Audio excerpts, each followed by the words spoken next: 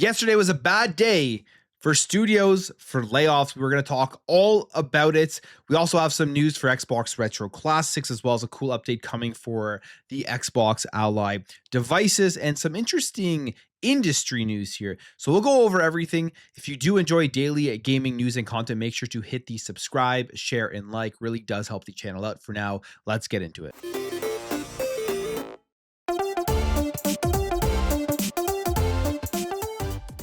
All right, so I'm sure you have heard by now the massive news that came out yesterday, and this comes via Sony. The first thing I will say is that they usually are great with their PR whenever they have bad announcements. It's generally at a time when there's other major news that's about to drop or just recently dropped and kind of gets swept under the radar. But they made this announcement out of nowhere. There really wasn't anything massive going on yesterday during the news cycle, and that is that they are closing down Bluepoint Studios, which I think is a very sad loss and a massive loss for just the gaming industry in general, simply because of the talent they had at that studio, the ability to take older games and give us such beautiful remasters and remakes and all of that stuff. You really saw it for the games that they did put out. But PlayStation does come out here and they announced that they're closing it down. And this is only about 5 years, 4 or 5 years after they went ahead and acquired them, which I think makes this even worse because all of the writing on the wall was that they didn't really need to be acquired. And people thought when they were acquired that they would be better under PlayStation. They would have more funding. They would have more ability to get games greenlit so they could actually go and make them, potentially even just make their own IPs from the ground up, all of that. None of that happened. They didn't do very much in the last 6 years or 5-6 years or so. And now they have been shut down, which I think speaks volumes to PlayStation management. This speaks volumes to bad PlayStation management throughout this entire generation, something that I've talked about now for a long time now. This isn't anything new. I just feel like a lot of people kind of closed their eyes to what was really happening at PlayStation. Why weren't games being released on a steady basis, all of that stuff. But here is the news. Sony is closing the studio behind the Demon Souls and Shadow of Colossus remakes. Bluepoint Games, which again, great remakes that you could see they had a lot of technical prowess at that studio. They go on here to say that the change was made following a recent business review, and a spokesperson told the publication that about 70 staffers will be cut and the studio will be shut down in March. Now, this is specifically the letter that Herman Hulst, the CEO of the Studio Business Group, that's what his signature now says at the bottom. This is what he says. Hello, everyone. I wanted to share an important update from the studio business. As I mentioned in the December town hall, 2025 had some strong highlights within PlayStation Studios. Ghost of Yotai launched to a critical and commercial success.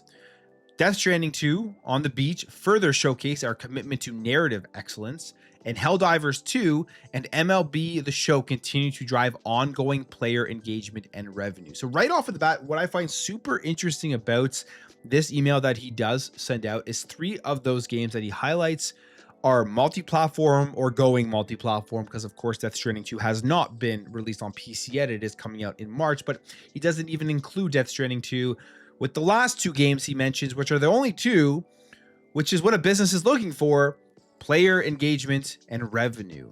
And they're both multi-platform. They're both on every single platform out there, which is Xbox, PlayStation, PC, Nintendo Switch, at least with MLB The Show. I wouldn't be shocked if we get a Helldivers 2 on the Nintendo Switch too. It really does point towards them looking at their strategy and saying, yeah, we're going to highlight the games that are going into more places. And obviously, with rising development costs, something that we've talked about so many times here from the Xbox side and the PlayStation side, they have to find more ways to make more money off of their either stagnant console growth, which is monetizing each player more, or make more money by getting more new people into your ecosystem, which is the route really that Xbox has been going. And I wouldn't be shocked that this is kind of the beginning of PlayStation going even more in that direction, going potentially even beyond PC in some ways. He says at the same time, we're operating in an increasingly challenging industry environment. Rising development costs, slowed industry growth, changing player behavior, and broader economic headwinds are making it harder to build games sustainably. And this is funny because I literally just said this. Herman Alst is saying it, but you always see people pushing it back the facts of what is going on right now in the industry. To navigate this reality, we need to continue adapting and evolving. We've taken a close look at our business to ensure we're delivering today while still well positioned for the future. As a result, we will be closing Bluepoint Games in March. The decision was not made lightly. Bluepoint is an incredibly talented team, and their technical expertise has delivered exceptional experience for the PlayStation community. I want to thank everyone at Bluepoint for their creativity, craftsmanship, and commitment to quality. Where possible, we will work to find opportunities for some impacted employees within our global network of studios. While I know this is hard news to hear, I'm confident in the direction we're headed. Creativity, innovation, and building unforgettable experiences for players remain at the heart of PlayStation Studios, and we have a robust roadmap for fiscal year 26 with much to look forward to in the months ahead. Thank you for your hard work and continued support. So that is what Hermen Hulst sent out to the people at PlayStation within the PlayStation Studios as to what is happening with Bluepoint. And this generation, it's been a lot of remakes and remasters from PlayStation. So this is even kind of more head scratching as to what is going on. You think about also the games as a service push that has basically completely failed on the PlayStation side of things. The amount of games that they've had to cancel. A God of War live service game, I believe Bluepoint was rumored to be working on, that got canceled. And this all just culminates here to Bluepoint not really releasing anything in a very long time. And it makes, I guess, an easy target for PlayStation, for Sony to choose a studio to shut down. Now, this isn't just a PlayStation problem. I mean, we talk about this when Xbox closed their studios, when Xbox has their issues. It's the same thing that I've been consistent on. When you just track what's happening within the gaming industry, it's not an Xbox problem. It's not a PlayStation problem. It's not whatever other problem. It is absolutely right now an industry issue that is going on. There's way too many games. There's not enough players. And there's not enough time being spent with all of these new games that are coming out. Development costs are rising, and it is becoming harder and harder to attract a strong base of players to go ahead and play your game. And it's just resulting in games cancellations, studio closures, layoffs that have been happening for 3 years going on now, just nonstop. And we are going to see more of this. Like, I don't think this is the end, whether this is from PlayStation or more are going to come from Xbox or maybe other major publishers out there closing down smaller studios. It's not the end. And we are in a very weird point here when it comes to the gaming industry. And hopefully some changes are going to start being made from the management level, because there's absolutely a failure in management here. In fact, I think this itself, with Bluepoint and them not really having anything out there for such a long time, is an absolute failure on PlayStation management. We have this is from Resetera, and this is Shinobi, who is commenting on kind of what he thinks happened or why this happened with Bluepoint. This person says, like, even thinking like an executive, is Bluepoint that expensive to maintain that it's better to close it? Could it be due to its location? This is the questions that are being asked. And Shinobi responds here saying, I love Bluepoint, and it's extremely sad, though the simple answer is the team didn't have a product after almost 6 years. And we're far away from realizing revenue, which makes them a target. And you can look at this. You can look what happened with the initiative. I would say it's very similar boats that both of these studios were in. They were both taken over, or I guess the initiative was created by Xbox, given projects. Nothing was created all these years. It was just continuous sunk costs and everything, and then they eventually get closed down. But that's not on the studio themselves fully. I mean, a lot of this goes back to management. A lot of this goes back to Hermen Hulst and the heads of PlayStation. Why weren't they utilizing Bluepoint better? Technical, very good technically with making games, very good with their remasters. I mean, we've seen like Demon Souls remaster, which was very, very good. You see the Shadow Colossus and stuff. Like, why weren't they given more work to do? Now there's a lot of talent out there on the free market. And there's an interesting tweet here that I think, I mean, you never know. And I don't think that Bluepoint needs to be purchased or whatever, because I mean, they're being closed down. But I think this is something to look into, whether you're Xbox or whether you're somebody, other publishers out there. You have Dave Jaffe here saying, ring, ring, at Bluepoint Games. Yeah, hello. Xbox, which is, he's taking Phil Spencer. Hey, man, it's Phil Spencer. Form a new team and we'll fund a game for y'all. Original or a remake of one of our IPs. He says, TLDR, this isn't hard. Do not let this amazing team splinter. Now, I don't think he's really advocating for them to just be completely purchased, but just funded like a third-party publishing deal via the Xbox Global Publishing Team or something along those lines. And I mean, there's lots of IPs that could get remastered, remade. There's lots of, if they come up with their own idea from the ground up, which I'm sure if you go to Bluepoint right now and you talk to some people there, I'm sure a lot of people had ideas of games that they wanted to make that just weren't greenlit. This is an absolute huge opportunity for that. You kind of think back to Tango Gameworks, or you think back to Toys for Bob, two studios that instead of Xbox just closing them down and shipping them away and letting the talent just disperse to wherever they were going to disperse to, they allowed them to spin off. Toys for Bob became independent. They're starting to work with Xbox. Tango Gameworks, Crafton was able to pick them up, and they're able to now give us a Hi-Fi Rush 2, which they're working on. So absolutely something like that can, and I think should, happen here with Bluepoint Games. I really hope that that will be the case. It's obviously unfortunate that people are losing their jobs and all of that, but as I said, this is an industry-wide issue. It's not a PlayStation, it's not an Xbox, it's not an EA, it's not whatever. It is an industry-wide issue because we're seeing this happen throughout many different publishers and many different companies, and unfortunately, I just don't think this is the end. There will more than likely be more of this throughout this entire year. So hopefully, good luck to Bluepoint and everyone there. Hopefully they end up landing on their feet. And I guess since we're talking about closures, we're talking about layoffs and all of that, we'll stick to it just to continue to show this is an industry-wide issue. Ubisoft, they are confirming some more layoffs, and this is at their Toronto studio. But the consolation prize for all this is that Splinter Cell, which is the remake that's being worked on, is still actually in development, even though there are layoffs. So you have this here. Ubisoft confirms layoffs at Toronto studio, but insists Splinter Cell remake is still coming. That's what they say now. Who knows what's going to happen in the future? 40 employees are being laid off. 8% of workers at Toronto, which is one of their largest studios, previously responsible for Watch Dogs Legion and Far Cry 6. I have a feeling this has to do with the whole restructuring that they have with their main IPs, maybe because they worked on Watch Dogs, and I don't know if Watch Dogs is going to be back, that they just laid off some staff that they won't need for that game or for the future of it. Who knows? But they say this decision was not taken lightly and does not in any way reflect the talent, dedication, or contributions of the individuals affected. Our priority now is to support them through this transition with comprehensive severance packages and robust career placement assistance. And then they go on here to say that at the time of its announcement, Ubisoft said Splinter Cell was being rebuilt with the Snowdrop engine, which also powers the Division, Avatar, Frontiers of Pandora, and Star Wars Outlaws.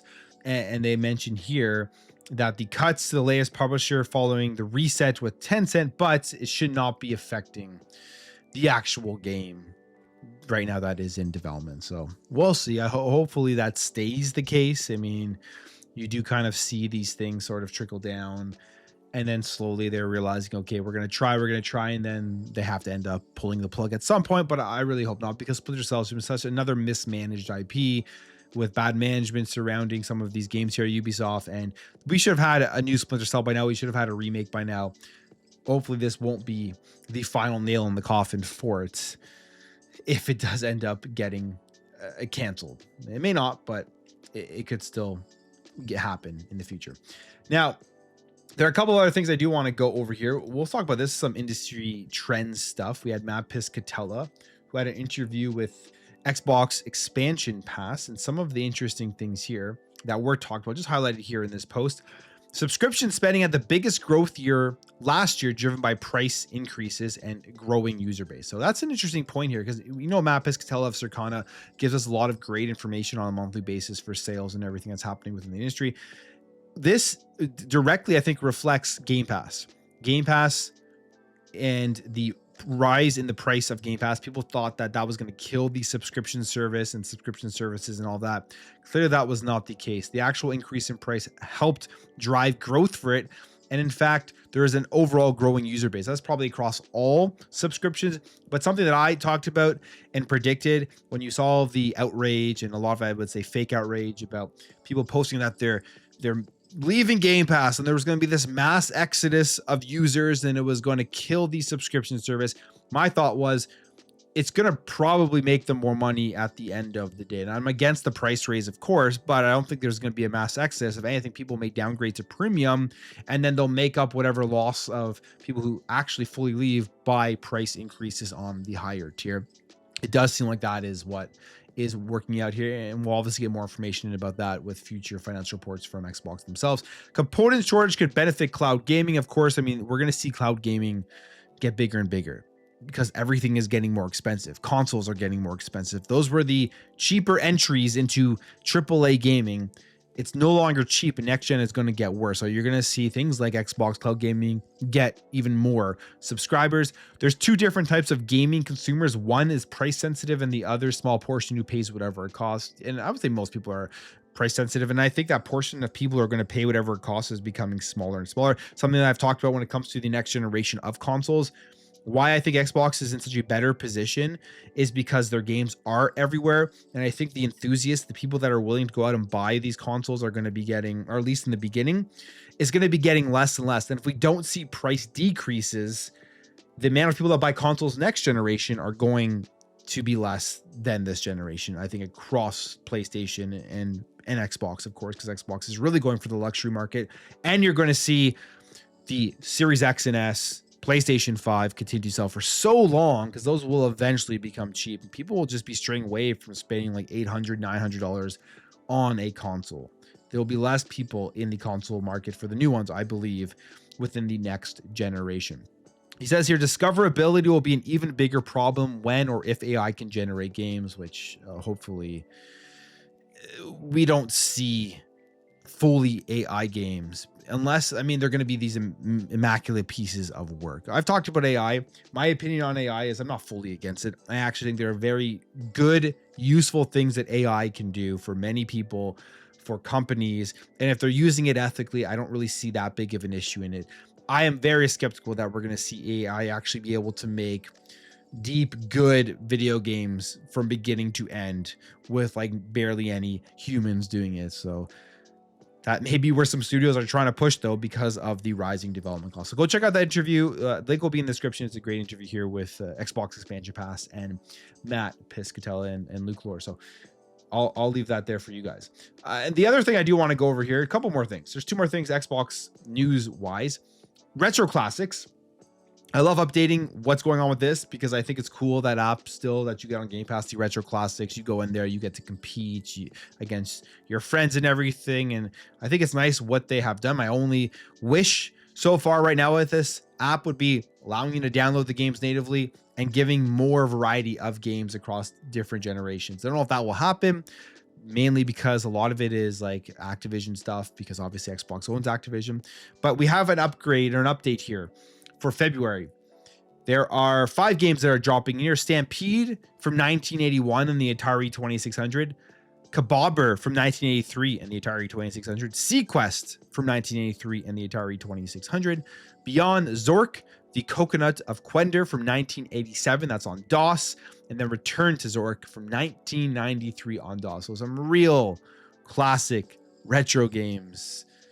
If you want to check them out, those new ones are there. I still think this app is pretty cool, and they're continuing to add stuff, so it must get utilized relatively well. Finally, there is an update here coming to the Xbox Ally X because of that NPU. The white Xbox Ally doesn't have an NPU, so you're not getting all of the AI stuff. But if you do have the Ally X, this will continue to get better. We've heard about some more features that are coming, some upscaling stuff, and some AI that will not make you sit through rendering of the shaders or loading of the shaders before you launch into a game. This is another one. I think this is pretty cool. You'll see a lot of people, I think, utilizing this to show off their gameplay. But this is Highlight Reels. They say a new Highlight Reels feature uses the NPU inside an Xbox Ally X handheld and is almost certainly going to appear on the next gen Xbox. That's one thing that when you're looking at what can you expect from Magnus feature wise, just look at the Ally X. I feel like the Ally X is going to get a lot of these features this year, next year, before the next gen Xbox launches. So you get kind of a preview as exactly how they do work, because you know there will be NPU in the next Xbox. You know they're going to utilize AI features. Ally X is already starting with that, which is pretty cool to get that preview of it. But this here allows you to automatically capture memorable gaming moments without any additional downloads and without leaving gameplay. And it will launch in the next few months on the Xbox Ally X handheld. So cool stuff there for people with that handheld. it'll be interesting to see how good it is. Like, how well does it capture the right moment? I'm sure you'll see people posting their videos and their moments online, and then you'll get a better look as to just how well this highlight reels feature does work. But I'm gonna end the video there. If you did enjoy this video, make sure to hit that thumbs up. If you're new here, hit that subscribe, and I'll catch you guys in the next video.